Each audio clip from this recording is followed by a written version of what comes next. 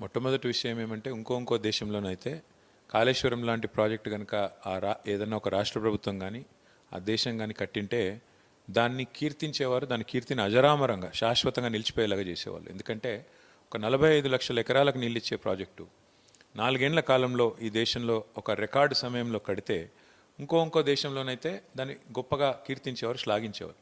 కానీ మన దేశంలో కుసంస్కారమైన కుత్సితమైన రాజకీయాలు ఎక్కువైపోయినాయి. అటు బీజేపీ కానీ ఇటు కాంగ్రెస్ కానీ ఈరోజు ఒకటే ఎజెండాతో పనిచేస్తున్నాయి. ఏదో ఒకటి చేసి కేసీఆర్ గారిని బద్నాం చేయాలి. హరీష్ రావు గారు నిన్నగాక మొన్న ఒక ప్రజెంటేషన్ ఇచ్చారు డీటెయిల్డ్గా. నాకు తెలిసినంతవరకు ఈ రాష్ట్రంలో ఎవరైనా సరే కొంత అవగాహన ఉన్నవాళ్ళు మరి ఒకవేళ చూసింటే ఆ ప్రజెంటేషన్ కనుక చూసింటే స్పష్టంగా అర్థమవుతున్నది. ఎలాంటి అపవాదులకు కానీ ఎలాంటి అనుమానాలకు కానీ తావు ఇవ్వకుండా, ఎవరికైనా ఏమైనా అనుమానాలు ఉన్నా ఏమైనా అభిప్రాయాలు ఉన్నా వాటిని మార్చుకునే విధంగా సవివరంగా వివరణాత్మకంగా పూర్తి